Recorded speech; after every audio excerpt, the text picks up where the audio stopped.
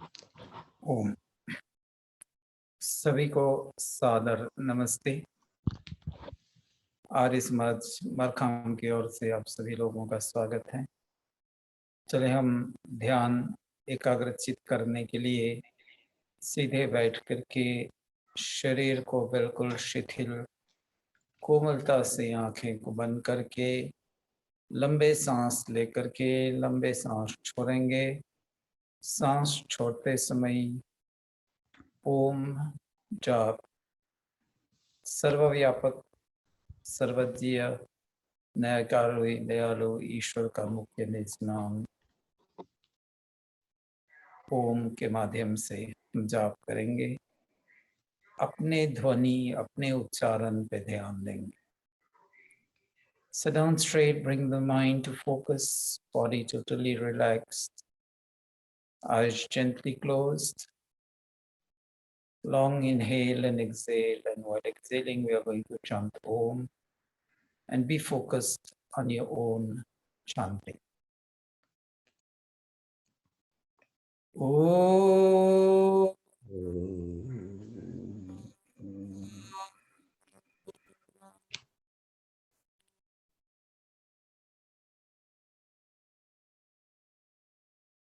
Om.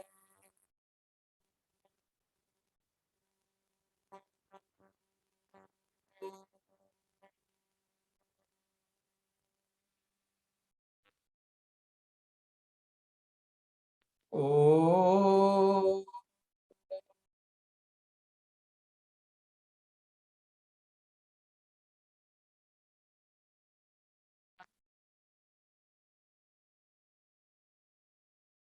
मौन उच्चारण ओम का, silent chanting of Om. Still pay attention to your own chanting. You'll surely listen to the sounds of the silent chanting.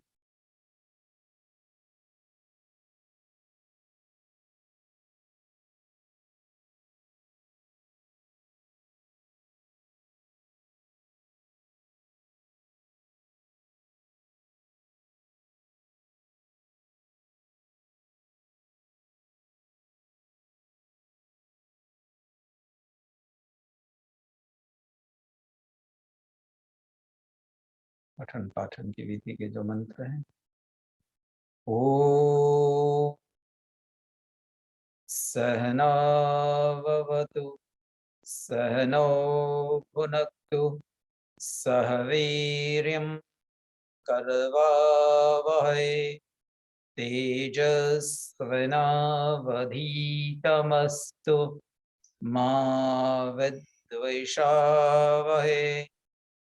ओम। दोनों हथेलियों को मिलाकर के धीरे से घर्षण करेंगे और पलकते हुए आंखों को हथेलियों के नीचे खोलेंगे। ईशोपनिषद पहले मंत्र तो पढ़ लेते हैं, जिन मंत्रों को हमने पिछले सत्रों में कवर कर लिए थे। ओम ईशावास्यमिदं सर्वं यत्किंच जगत्यां जगत् तेन त्यक्तेन भुञ्जिथा मा गृधकस्य स्विद्धनम्। ओम कुर्वन्निवेह कर्माणि जिजीविषेच्छतं समा एवं त्वयि नान्यथेतोऽस्ति न कर्म लिप्यते नरे। ओम असूर्यानामतिलोका अन्धेन तमसावृता तांस्ते प्रत्यापि गच्छन्ति ये के चात्मनो जना। ओम अनेजदेकं मनसो जवीयो नैन देवाप्नुवन् पूर्वमर्षत् तद्धावतोऽन्यान्यत्येति तिष्ठत्तस्मिन्नपो मातरिश्वा। ओम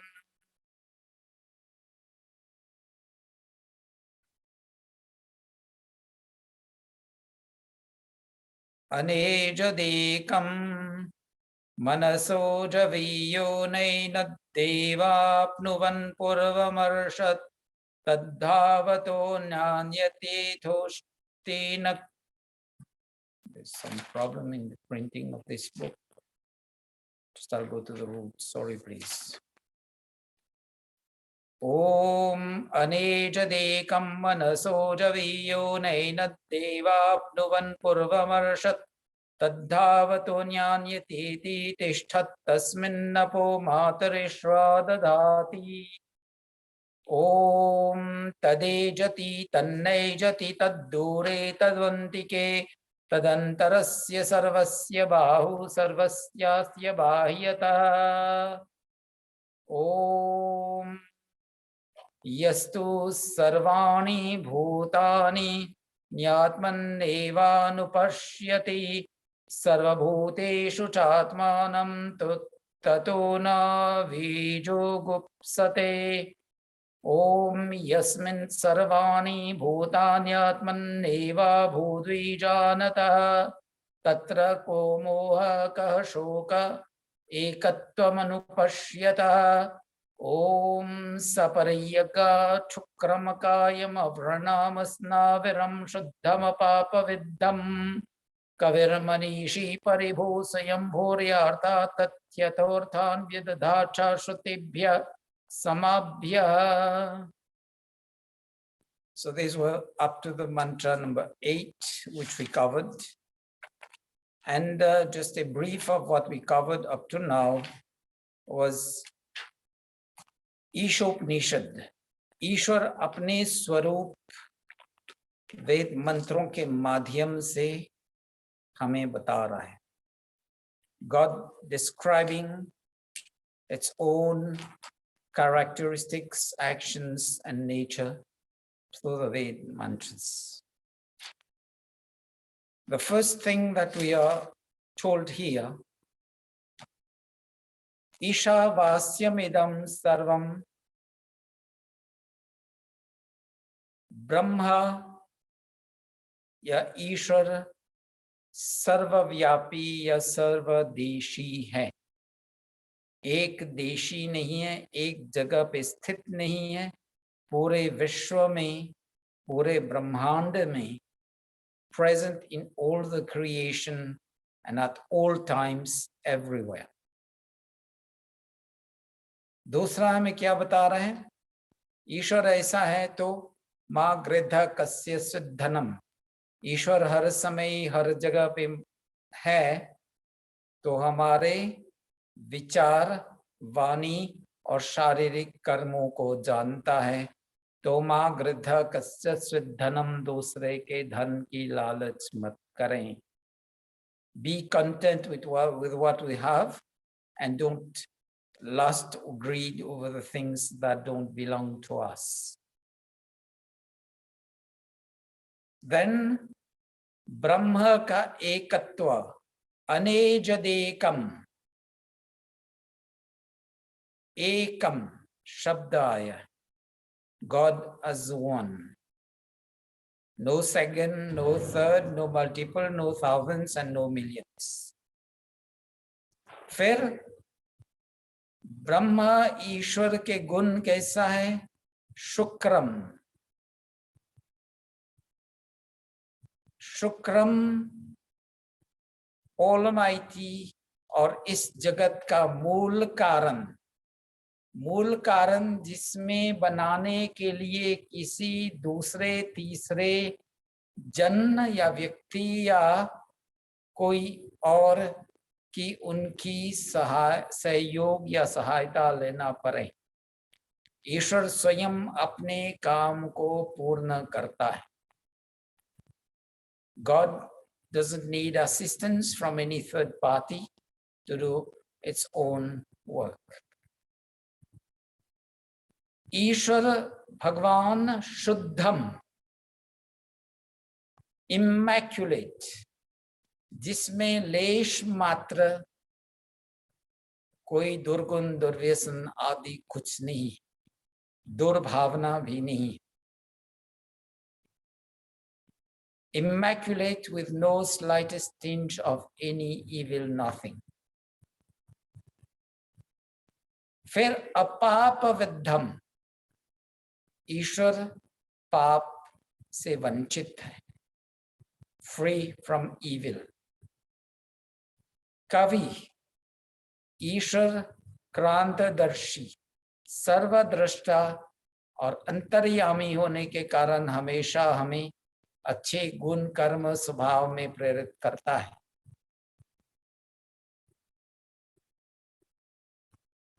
As with all the wisdom, God always inspiring us to engage in good thoughts, good words, and good actions. Be of good character, engage in good deeds, and also be of good nature. Manishi, Brahma Sarvajya, omniscient, having the whole knowledge of the creation, having given us the knowledge of the Vedas, know all the past, know of the present, and know all of the actions that might happen in the future and take cognizance of them when they happen. Swayambhu, Ishvara, self, no third-party creation. दूसरे पे निर्भर नहीं होता कि ईश्वर का आकार बनाए या कुछ बनाए। स्वयंभू, uncreated, unborn, और फिर मंत्र क्या कहता है? मंत्र कहता है शुक्रम अकायम अवरणम अस्नाविरम. Being uncreated, unborn, is not bound by any form, any physical existence, and physical existence needs nervous blood circulatory systems. Asnaviram. God is free from all these. So when we say Swayambhu, it's complementary with Akayam Asnaviram, uncreated, unborn, and self-dependent. Because if God is born, then it will depend on the mother, the father, and everything. So these qualities will cease to exist. Then it says, Vyadadha cha shatibhya samabhya. Understand Ishwar Karma Phal Pradata, the administrator of the law of karma, which is set in such a way, जो हम अच्छा करेंगे वो अच्छा ही पाएंगे और बुरा करेंगे तो उसका भुगतना अनिवार्य है. Administrator of the law of karma in such a way that for all the good that we do, will reap goodness, and for all the bad that we do, will yield badness. आगे हम बढ़ते हैं. It's good to be reminded of what we learned, because what follows is just complementary with what we learned.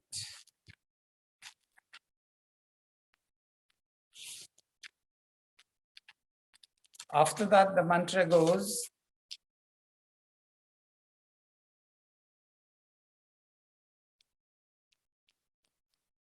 I'm just taking the reference because Yajurved gives the mantra in another sequence. Om andhantamah pravishanti ye vidyamupasate tato bhuya ivate tamoya vidyayang rata. Andhantama pravishanti. What does it mean there?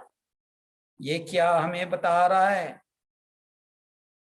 अंधन तम प्रविशन्ति वे विद्यामुपासते ततो भूय इव ते तमो यौ विद्यायां रता. अविद्या की जो उपासना करते हैं वो तो अंधकार में जाते हैं, और जिस सिर्फ विद्या को रखते हैं वो इससे घोर अंधकार में जाता है। The one who follows the line of avidya, I'll come to the explanation of vidya and avidya, goes into darkness. But the one who has knowledge and follows only the knowledge, bookish knowledge, with no application in life, in day-to-day life, no practical application, this one goes into darker and darker regions. विद्या अर्थात ज्ञान में केवल ज्ञान, only bookish knowledge, और अविद्या, the one who cares not about knowledge but also is skewed only on one line, like जो सिर्फ दुनियादारी की विद्या जो है उस पे चलता है, तो क्या करता है, अपनी जीविका के लिए उल्टे सीधे सब कुछ कर लेता है। And this is why we see great scholars from the great universities of the world engaging in scams. And the great example is the financial crash of 2008, which I always refer to. इसमें सबसे बड़े घोटाला करने वाले बड़े बड़े graduate थे, बड़े बड़े यूनिवर्सिटी के। क्यों? क्योंकि उनके पास सिर्फ दुनियादारी का ज्ञान था। अध्यात्म ज्ञान जो हमारे जीवन में यम नियम आदि के माध्यम से या धर्म के लक्षण के माध्यम से हमें सच्चा मानव, मनुष्य बनने के लिए प्रेरित करता है। वेद कहता है मनुर्भव दैव्यम जन्म, become humane in thoughts, in words and actions. So only the worldly knowledge, we forget about the human aspect of life, the humane aspect of life. हम सिर्फ आकार के रूप में मनुष्य रह जाते हैं। व्यवहार में तो दूसरे योनियों से हम बदतर हो जाते हैं। क्यों? क्योंकि दूसरे योनि जो है सिर्फ अपने स्वाभाविक ज्ञान के आधार पे कर्म करते हैं, नियम के विपरीत कभी नहीं करते। और कौन सी योनि है इस पूरे ब्रह्मांड में जो नियम के विरुद्ध काम करता है? वो मनुष्य है।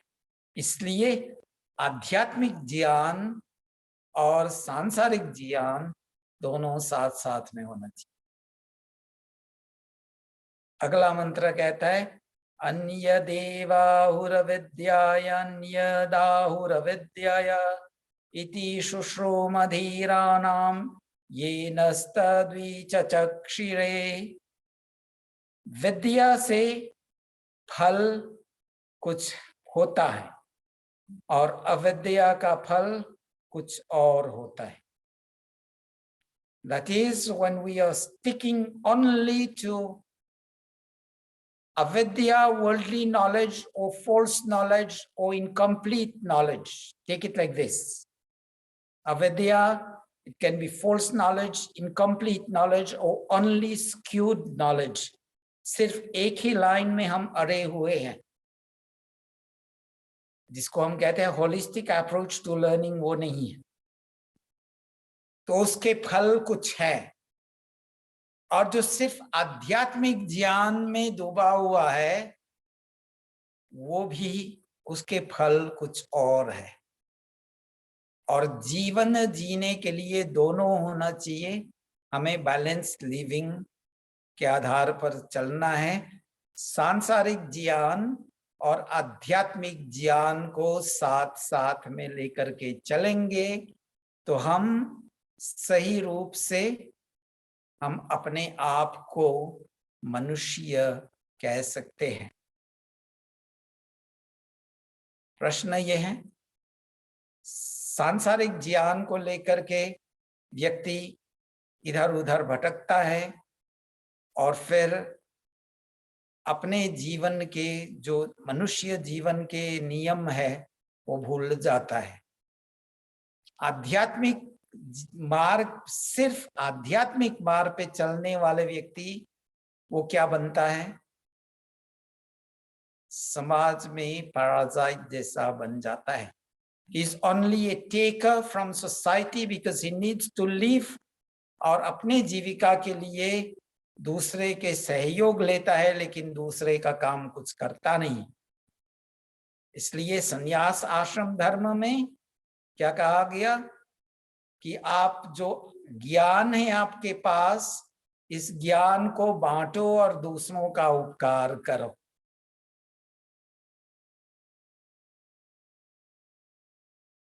और इसके आधार पे हमारे जो सनातन धर्म है या वैदिक धर्म है या हिंदू धर्म जो हम कहेंगे, वो ज्ञान पे आधारित है।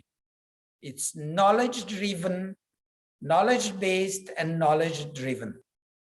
चाहे आप वेद को देखें, उपनिषद को देखें, दर्शन शास्त्रों को देखें, और तो और वाल्मीकि रामायण में देखें, मूल वाल्मीकि रामायण और मूल व्यास जी के महाभारत और व्यास जी के गीता को देखें। Don't go on the other versions, वहां पे अडल्टरेशन है, मिलावट है।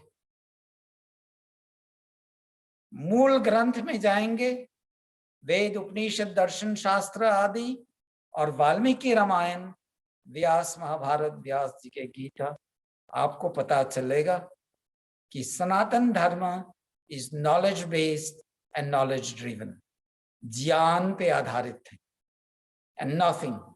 ये उपनिषद यही बता रहा है। सत्य ज्ञान को लेकर के हम क्या बनेंगे? अभ्युदय और निश्रेयस की प्राप्ति करेंगे। अभ्युदय वर्ल्डली हैप्पीनेस, निश्रेयस आध्यात्मिक सुख, स्पिरिचुअल ब्लिस। आगे मंत्र कहता है, विद्यांच विद्यांच यस्तद्वेदो भयं सः अविद्यया मृत्युम तीर्त्वा विद्यया मृतमश्नुते। जो विद्या और अविद्या इन दोनों को साथ साथ जानता है और मानता है और करता है, तीन शब्द है, जानना, मानना और करना। 3 stages।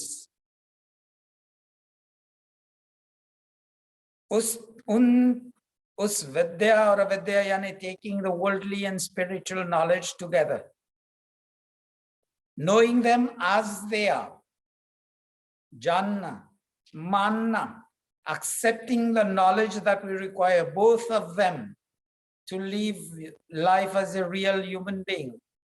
फिर करना, engaging into actions as per both of these knowledge.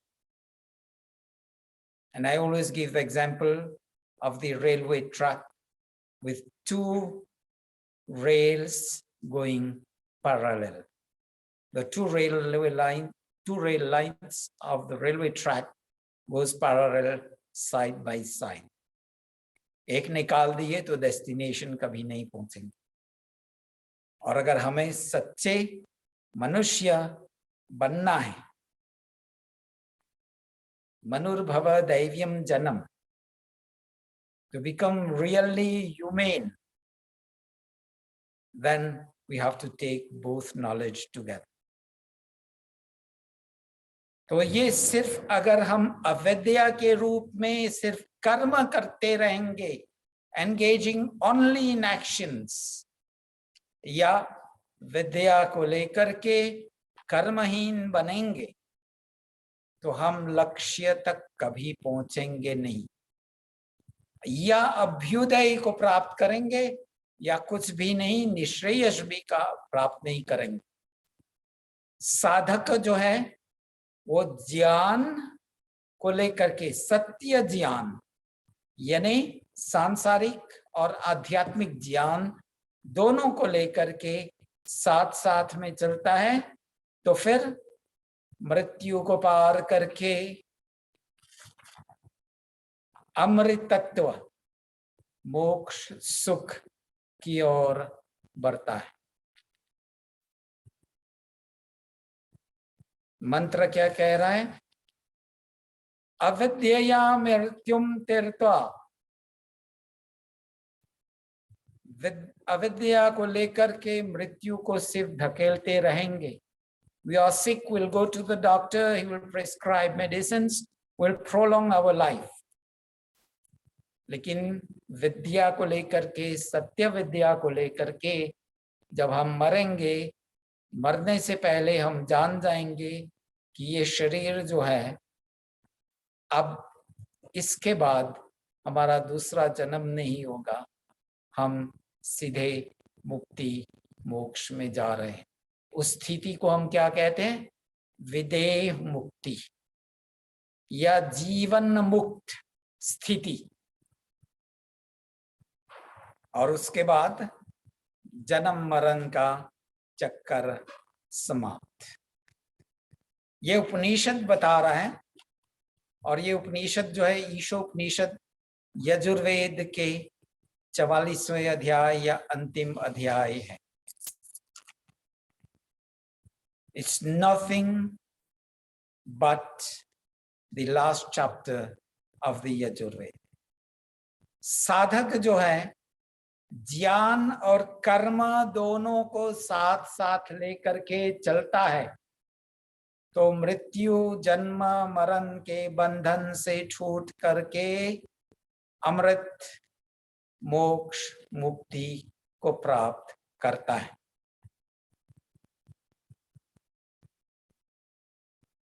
और वेद क्या कह रहा है इस मंत्र के माध्यम से? अविद्या के उपासक घोर अंधकार में जाता है, because that घोर अंधकार is the cycle of birth and death.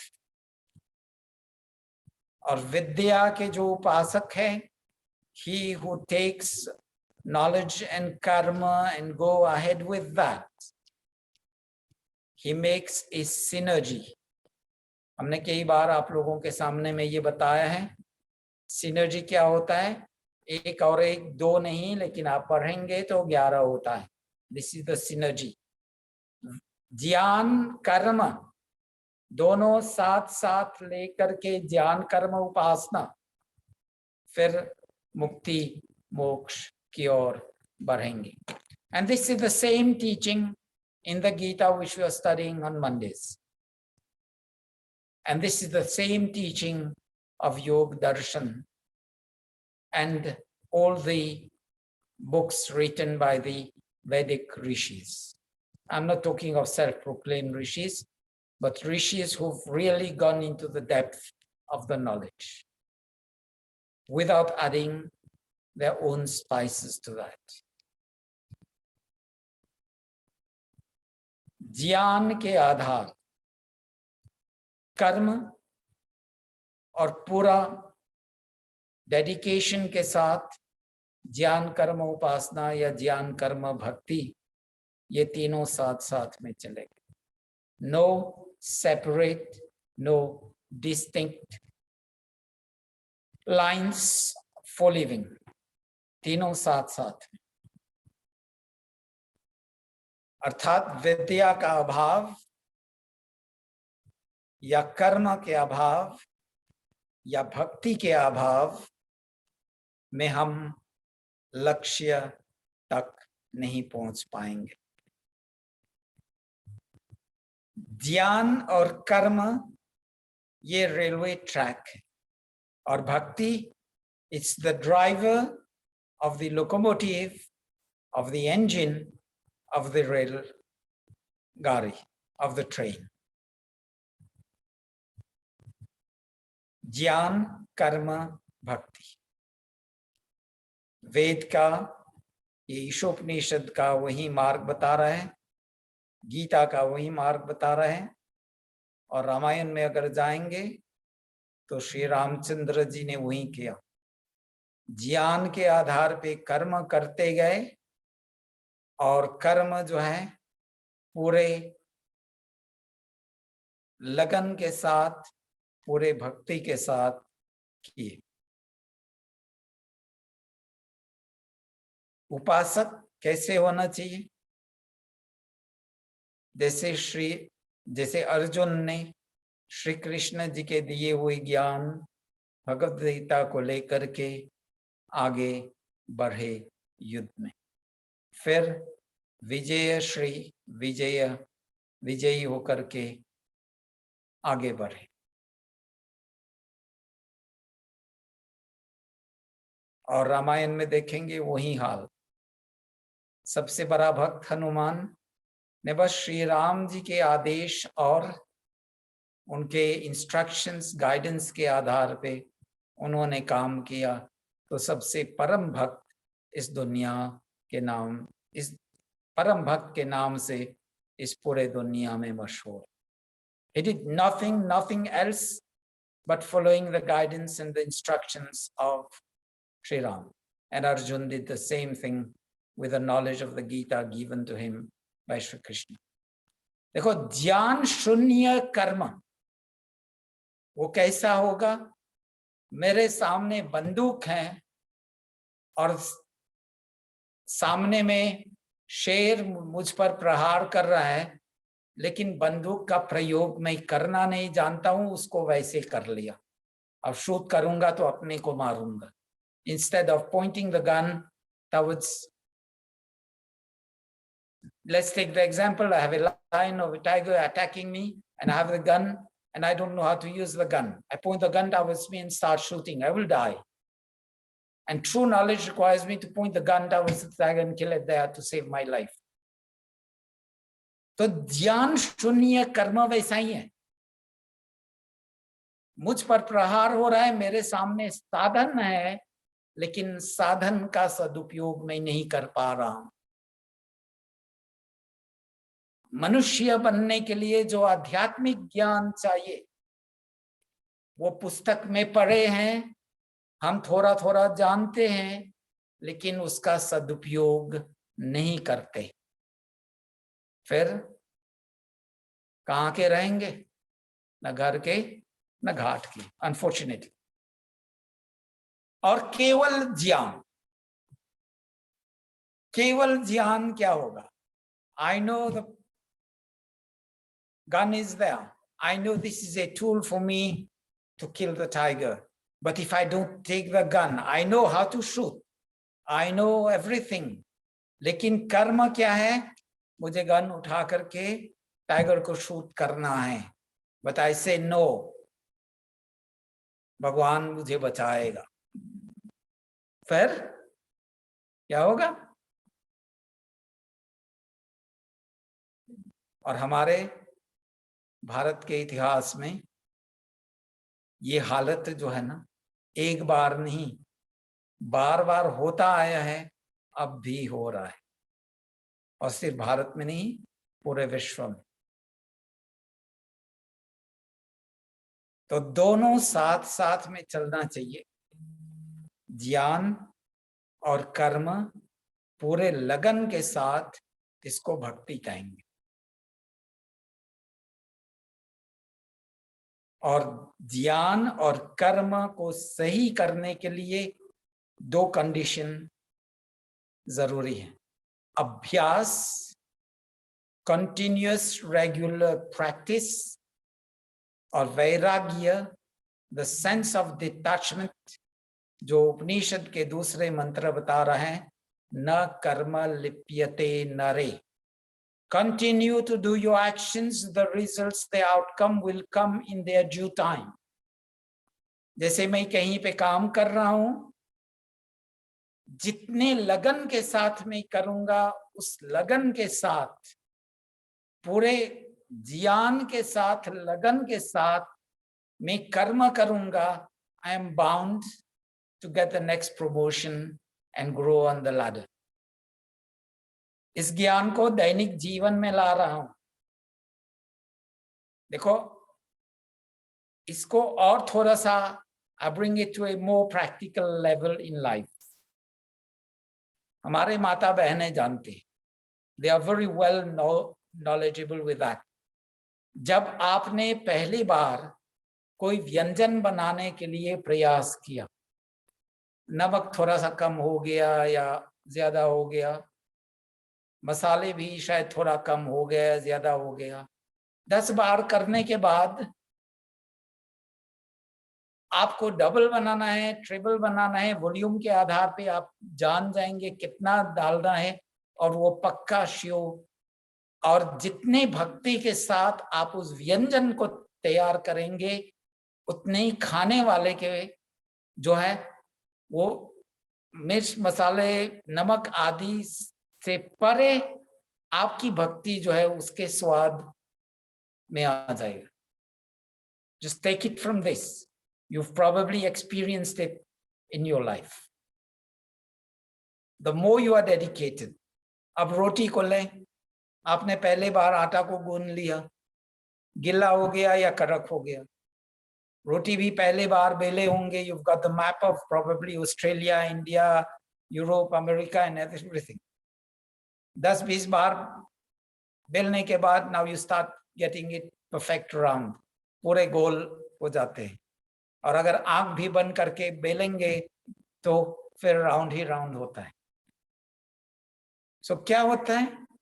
अभ्यास, कंटिन्यूअस रेगुलर प्रैक्टिस। और ये सांसारिक जीवन में, आध्यात्मिक जीवन में, और खासकर जब दोनों साथ साथ में ले जा रहे हैं, दैट इज वेरी इंपॉर्टेंट। फिर detachment, because you need that focus, that attention कि मैं ये काम कर रहा हूं, रोटी जो बना रहा हूं, एक तो जैसा तैसा बनेगा मैं खा लूंगा, लेकिन दूसरे के लिए बना रहा हूं तो डबल अटेंशन, डबल फोकस। अब यहीं पे देखेंगे रविवार और मंगलवार को जो लोग बनाते हैं कितने लगन के साथ लगे रहते हैं। चाहे सिंपल दाल चावल और एक सब्जी भी बना दें, बड़े प्यार भक्ति के साथ, बड़े लगन के साथ जब बना लिए तो सभी लोग वाह वाह करते रहेंगे। Because over and above the ingredients, that love, that affection, that dedication, that passion is being transmitted in a subtle way. जीवन में वैसे ही है, अविद्या और विद्या, with the mundane knowledge, the worldly knowledge and the spiritual knowledge, going line in line. तो फिर हम उस लक्ष्य की ओर धीरे धीरे बढ़ते जाएंगे। और असली विद्वान कौन होता है? जो सांसारिक ज्ञान और आध्यात्मिक ज्ञान, सत्य विद्या को लेकर के जीवन में उसको प्रैक्टिकल लाने के लिए प्रयास करता है। ज्ञान शून्य कर्म या कर्म शून्य ज्ञान कहीं पे नहीं ले जाएगा हमें, दोनों साथ साथ में, जिसको हम कहते हैं युगपत, सांख्य दर्शन के शब्द है। ज्ञान कर्म और उसके साथ साथ पूरे डेडिकेशन, पूरे भक्ति। इस बात को अगर हमने समझ लिए तो जिसको हम कहते हैं ना, इस जीवन का बेड़ा पार हो जाएगा। We need none of these what we do in this world. मरने के बाद ब्राह्मण को दान देना या इधर उधर हम करते रहते हैं इस निमित्त से कि आत्मा को मुक्ति मिल जाएगी। उपनिषद कह रहा है नहीं, उपनिषद कह रहा है कि ज्ञान कर्म भक्ति को इसी जीवन में लेकर के चलो और अपने कर्मों के आधार पे मुक्ति प्राप्त करेंगे। मेरी बात नहीं है ये, वेद और ईशोपनिषद बता रहे हैं, जिसको हम परा और अपरा विद्या कहते हैं। अपरा विद्या वह विद्या है जो हमें श्रुति स्मृति और शास्त्रों बताते हैं, उसको जान करके अभ्युदय और निश्रेयस को प्राप्त करने के लिए पूरे पुरुषार्थ करें।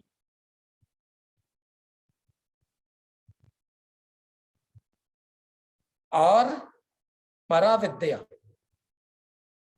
द स्पिरिचुअल नॉलेज, वो अविनाशी परब्रह्म ईश्वर की सुख को भोगने के लिए, ईश्वर साक्षात्कार करने के बाद वो समाधि अवस्था जो मैंने एक सत्र में चर्चा किया था, उसके बाद ईश्वर साक्षात्कार के बाद जीवन मुक्त, विदेह मुक्त और फिर मुक्ति निश्चित।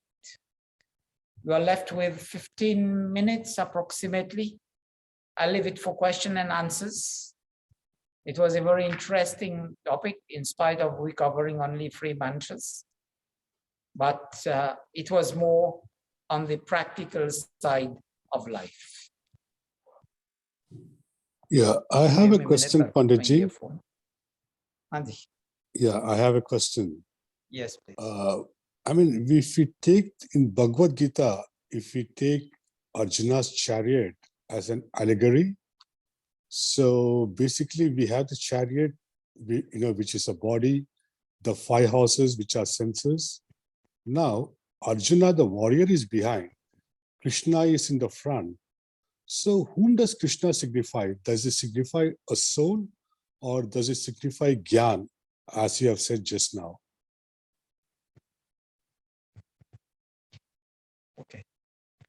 उपनिषद में एक श्लोक है, एक मंत्र है, आत्मानं रथिनं वृद्धि प्रगहमेवतु बुद्धिम सारथि. So it shows buddhi sarthi, Krishna, is not only knowledge but the intellect, the wisdom, and leading us to the destination. That was a good reference from you. Right. We are the driver in this soul, in this body. आत्मा जो है इस शरीर रूपी गाड़ी में वो सवारी है, और ज्ञान जो है, knowledge, especially wisdom with intellect combined, वो हमारे सारथी. So if you take it from the point of view, Arjuna has a chariot to reach a destination to win the war. Shri Krishna has the Gyan, giving him the knowledge and telling him, analyze that, convert it to your own judgment, wisdom, and proceed ahead. Okay. Yeah. And it's the same thing within our body. Okay. Yeah, understand. जो भाई बहने question करना चाहते हैं, मेरा ख्याल पहले हाथ उठाएं, और बहुत लोगों का वीडियो ऑन नहीं है, तो हम देख भी नहीं सकते किसने क्वेश्चन किया हुआ है. Sir, no, right. My apologies. You have been saying, no, you have been telling us right from the beginning, but there are people like me who multitask, that we are doing our other work and we are also listening. So even if we switch on the video, you won't be able to see me because I'm doing some other task. मैंने भी पहले वो निवेदन किया था, जो कोई और दूसरे व्यक्ति काम कर रहा है वो कृपया वीडियो ऑन न करें, because it will distract others. Right. So थोड़ा सा हम बीच का रास्ता जो है अपनाएं. ठीक है जी. I think somebody else raised their hands. Sheila जी. आचार्य जी, हाँ जी, आपने कहा कि जब मोक्ष हो जाता है तो आत्मा फिर देह छोड़ देती है, खाली आत्मा रह जाती। तो आत्मा का उस आत्मा का होता क्या है? वो क्या इन्फिनिट समय पे कहीं होती है? उसको अच्छा, ईश्वर ब्लिसफुल के सुख होते को भोगता हैं? है, जी? ईश्वर के संरक्षण में रहता है, ईश्वर के सुख को भोगता है। अच्छा, अच्छा। तो जैसे आत्माएँ हैं, सोल्स जो भी, वो क्या एक जैसे मेरी आत्मा, आपकी जितने भी आजकल आजकल जीव हैं दुनिया में, क्या आत्मा का नंबर फिक्स्ड है क्या यूनिवर्स में, कि हाँ, नई आत्माएँ होती हैं ईश्वर ने, कि उतनी ही होती हैं जितनी वो फॉर्म चेंज करती रहती हैं? देखो, सनातन धर्म में 3 चीज अनादि से अनंत तक है। एक ईश्वर, जिसको हम परमात्मा बोलते हैं, गॉड द सुप्रीम बीइंग। दूसरा जीव, जिसको हम आत्मा बोलते हैं या सोल बोलते हैं। और तीसरा प्रकृति, matter. Matter in this primordial form, उसका रूपांतर होता है, ये ब्रह्मांड बनता है, फिर चलता है, फिर उसका प्रलय होता है। लेकिन मूल प्रकृति तो मूल प्रकृति, ये सब मूल प्रकृति में विलीन हो जाएंगे। तो 3 फ्री एंटाइटीज, गॉड, ईश्वर, जीवात्मा, सोल, प्रकृति, प्राइमोर्डियल मैटर। ये 3 अनादि पदार्थ है। ये बता रहा है कि ईश्वर एक है, प्रकृति जितने हैं उतने ही है, और आत्मा भी उतने ही है। नई आत्मा उत्पन्न नहीं होता है, बस शरीर धारण करके अन्य अन्य योनि में चलते रहते हैं। अच्छा, तो आत्मा को जैसे, मतलब आत्मा तो फिर ईश्वर के उस उनके करीब है, तो उनको क्या पता लगता होगा क्या कि दुनिया में क्या हो रहा है? मतलब उनका भी ईश्वर जैसा ही स्टेटस हो जाता है क्या? ना, वो आत्मा, उसकी सत्ता अलग है, ईश्वर की सत्ता अलग है। मोक्ष मुक्ति में आत्मा जो है, ईश्वर की शक्ति के आधार पे इस पूरे ब्रह्मांड में विचर सकता है, लेकिन किसी से बात नहीं कर सकता है, कोई खा नहीं सकता है, पी नहीं सकता है, क्योंकि भौतिक शरीर नहीं है। और मुक्ति में सूक्ष्म शरीर, द सटल बॉडी, वहां पर भी नहीं। तो ईश्वर के शक्ति के अनुसार वो ईश्वर के सुख को भोगता रहता है। वो कभी फिर शरीर नहीं लेगा, कभी नहीं लेगा? नहीं, उसके काल है, मोक्ष के काल है। अच्छा। 31 नील 40 खरब वर्ष तक। It's about 311 billion 400 million years approximately. अच्छा। इसकी गिनती ये होती है। हाँ। इस संसार का जो चलने का काल है 4 अरब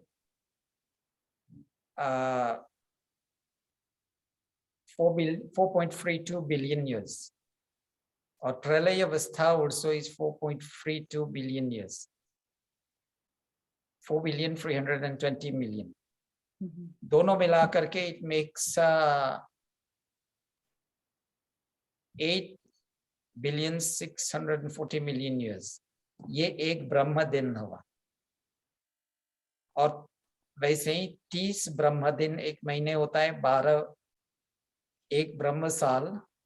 और मोक्ष की काल जो है, इस एक ब्रह्म साल का मल्टीप्लाई बाय 100 years ऑफ ब्रह्म, ये मोक्ष का काल है। तो अंत में क्या कभी प्रलय चीज भी होती है कि कभी नहीं? हाँ, प्रलय तो अभी तो अगर हम गिनती के हिसाब चलते हैं, हम जब संकल्प पाठ करते हैं तो पढ़ते हैं 1 अरब 96 करोड़, तो लगभग इस सृष्टि के आधा लाइफ टाइम पे आए हैं। Though it's still long, but if you take from the point of view calculation 4.32 billion years, half of it makes 2.16, and we actually at 1.96 billion years. So इस संसार चक्र में ये जब समाप्त होगा तो फिर प्रलय काल जो है उसी काल तक होगा। तो ये अभी जो चल रहा है हम कहते हैं उसको एक ब्रह्म दिन, दैट इज द डे, और प्रलय काल इज वर ब्रह्म रात।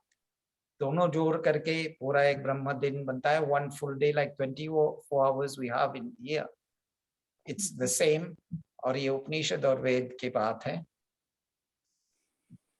तो इसमें जैसे कलयुग, सतयुग, तो फिर प्रलय के बाद फिर सतयुग आएगा कि इससे ये कॉन्सेप्ट नहीं इट है? स्टार्ट्स विद सतयुग। सतयुग, या तो हम लोग कलयुग में अभी हैं, लंबा कलयुग है। What I'll do is probably tomorrow question and answers है ना, तो उसमें जो मल्टीप्लिकेशन टेबल है कैसे होता है उसको पावर पॉइंट में डाल करके फिर स्क्रीन शेयर कर लूंगा। So that would be simple there to understand कितने समय का मोक्ष काल होता है, और सतयुग, त्रेता, द्वापर और कलियुग जो है कितने कितने काल तक है, और हम किस मनवंतर में है, कैसे वो हम तिथि गिनते हैं ना हवन पूजा पाठ से आगे, तो वो भी कैसे गिनती करते हैं। I'll share it tomorrow on by means of screen sharing. धन्यवाद आचार्य जी। हाँ जी, मेरा क्वेश्चन है आचार्य जी, हाँ जी, लास्ट ये क्वेश्चन है, ये है जब प्राण इंसान के निकलते हैं तो राइट अवे नहीं निकलते, दो वो कह देते हैं, डॉक्टर लोग डिक्लेयर कर देते हैं कि ये मर गया इंसान, लेकिन प्राण जब निकलते हैं 5 प्राण स्टेप बाय स्टेप निकलते हैं, तो वो जो फर्स्ट स्टेप है जब प्राण निकलते हैं समाना, उसको लगता है 6 से 12 मिनट। मैंने ऐसे पढ़ा था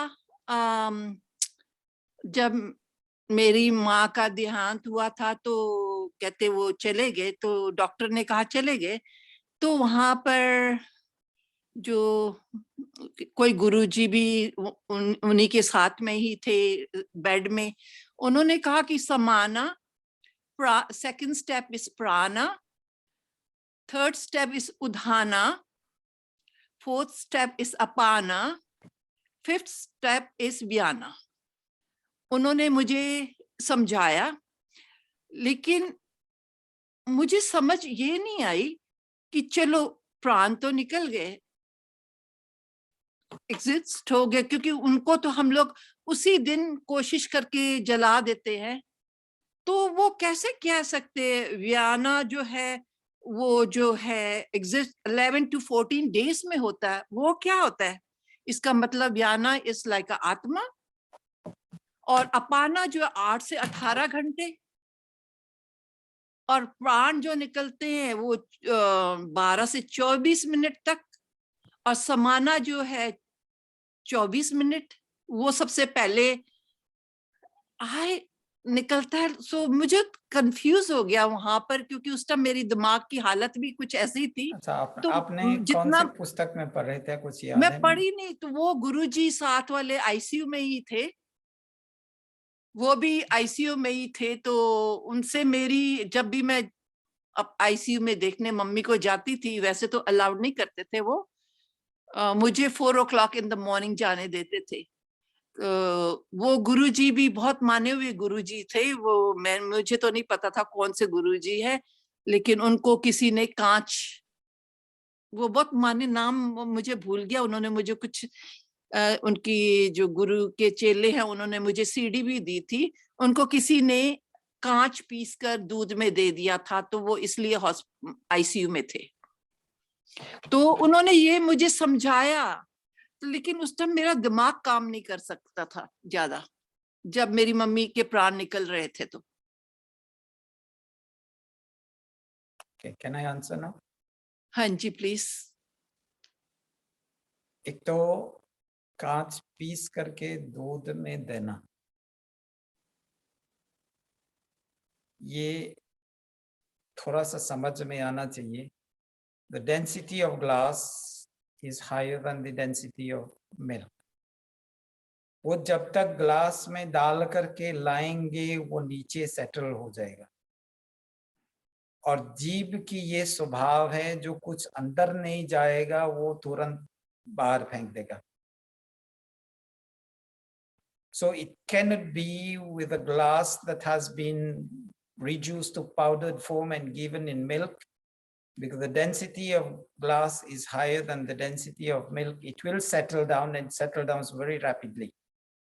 तो व्यक्ति जब पिएगा तो वो जानेगा नीचे में कुछ सेटल्ड हुआ है। अगर दूध में हम आटे मिला करके आपको देंगे पीने के लिए, तो जीभ भी तभी उल्टी करने के लिए जीभ जो है आपको उल्टी करने के लिए पुश करेगा। ये हमारे शरीर में जो 10 प्राण है उसका फंक्शन है रेगुलेशन करने के लिए। और अनफॉर्चुनेटली ऋषि दयानंद जी के जीवन में वही कथा हम बोलते हैं कि लोगों ने इसको कांच पीस करके दूध में दिए थे। Even science people, eminent scientist से द सेम थिंग। शब्द क्या है? सीस, शीश नहीं। सीस means lead, and lead was used as a compound, and the symptoms of the poisoning were the symptoms of lead poisoning in the case of Maharshi Dayananda Saraswati. It cannot be, because मैं अगर सूजी लेकर के दूध में घोल करके आपको दे दूं, आपको पता चलेगा। Just remember that. Let's go on the logic and how the 10 pranas in our body function. और ये मेरी बात नहीं है, उपनिषद के। शरीर में 10 प्राण है। 5 मुख्य जो है प्राण, अपान, व्यान, समान, उदान। और उपनिषद क्या बताता है कि जब आत्मा इस शरीर से निकलता है तो ये 10 प्राणों को समेट करके सूक्ष्म शरीर के साथ निकलता है। There's nothing which goes one after the other. आत्मा सब समेट करके सूक्ष्म शरीर के साथ चलता है। I'm not disputing what the Guru has said, लेकिन ये हमारे शास्त्रों के आधार पर है। अगर आयुर्वेद को जिसने सही रूप से अध्ययन किया, वो 10 प्राण पे जब आएंगे तो वही बताएंगे आपको कि आत्मा जब शरीर को छोड़ता है तो 10 प्राणों समेट करके सूक्ष्म शरीर के साथ निकलता है। बट कहते हैं 5 मेन है ना, ये 5 प्राण तो मेन है, 10 है लेकिन ये मेन है 5। 10 प्राणों को लेकर के समेट करके निकलता है एक ही समय पे, एक ही समय में। हाँ, बट वो कहते हैं कि देखो वो कहते हैं, I don't dispute, I don't dispute what he और शी हैज टोल्ड यू। अच्छा, लेकिन मैं शास्त्रों के आधार पे जा रहा हूँ। हाँ जी, और ये हमारे उपनिषद वेद और फिर आयुर्वेद भी वही कहता है कि 10 प्राण आत्मा जब निकलता है शरीर से, चाहे वो घातक कारण से वो प्राण निकल रहा है शरीर से, जैसे एक्सीडेंट हो, मर्डर हो, थिंग्स लाइक दैट, तब भी इतने जल्दी से आत्मा जो है अपने काम करके निकल जाता है। आचार्य जी, वो कहते हैं कि उधाना में जब उधाना का टाइम, जब प्राण निकल रहे होते हैं, मेरा क्वेश्चन थोड़ा ऐसी है तो आप मुझे प्लीज माफ करना, क्योंकि मैं जानना चाहती हूँ। उधाना में जब प्राण निकलते हैं, जो स्टेप होता है उसमें बॉडी को रिवाइव किया जा सकता है? देखो, आत्मा जब निकलता है, there is no thing that it removes one by one, सब इकट्ठे करके निकलता है। Reviving the people who like CPR करके किसी को दोबारा resuscitate करना, that is another process. पता नहीं क्यों उन्होंने ये बोला। गुरु ने अगर शास्त्र नहीं पढ़ा तो कुछ भी कह लेगा आपके सामने। नहीं, वो बहुत माने हुए गुरु जी थे, माने हुए गुरु है, लेकिन शास्त्र जो है, हमारे असली शास्त्र जो है वो पढ़े हैं या नहीं, या गुरु के गुरु वो भी, unfortunately I don't mean any offence to anybody, हाँ जी, अविद्या हाफ नॉलेज को लेकर के लोगों को भ्रमित करते हैं। हाँ जी, आज भी वैसे ही हैं। आप इंटरनेट में जाओ, for the same thing you will have Google search and you'll get 1000 answers and you don't know which one is right and which one is wrong. हाँ वैसे जी, ही दुनिया में हजारों गुरु हैं, कौन वाले सत्य विद्या पे चल रहा है और कौन हाफ नॉलेज पर जा रहा है और कौन 1/4 नॉलेज पे जा रहा है और कौन बिल्कुल जीरो ही अंडा लेकर के चल रहा है। इसीलिए वेदास पढ़ना बहुत जरूरी है। हाँ, आप जो या, वेदास हम लोग को पढ़ा रहे हैं और समझा रहे हैं और इतने लोग जुड़े हुए हैं आपके साथ, मंडे भी जुड़े हुए हैं, वेडनेसडे भी, थर्सडे जुड़े हुए हैं। मैं इसलिए बहुत खुश हूँ जो आप वेदास के ऊपर बोलते हैं और लोग भी जुड़ रहे हैं, तो अब लोगों को समझ आएगी वेदास क्या है। जब तक उनको समझ नहीं थी, कोई समझाने वाला ही नहीं था, तो हम लोग क्वेश्चन भी नहीं पूछ सकते थे। आपका बहुत बहुत धन्यवाद जो हम आपसे क्वेश्चन पूछ सकते हैं। Thank you.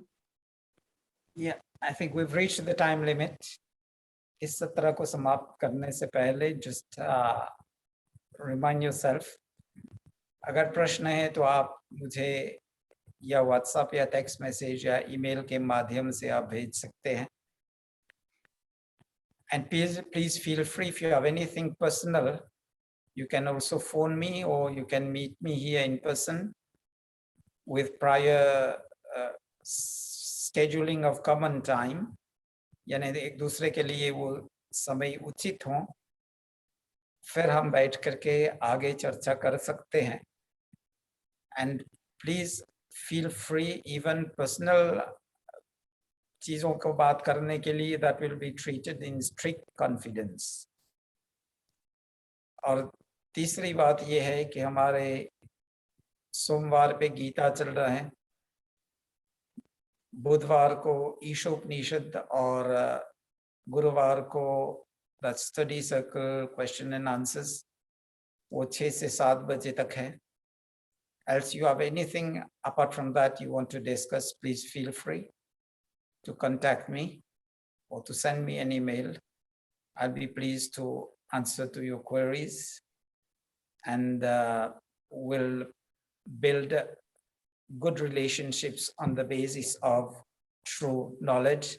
सत्य विद्या के आधार पे हम चलने के लिए प्रयास करें। Thank you for your attention. ध्यान के लिए धन्यवाद।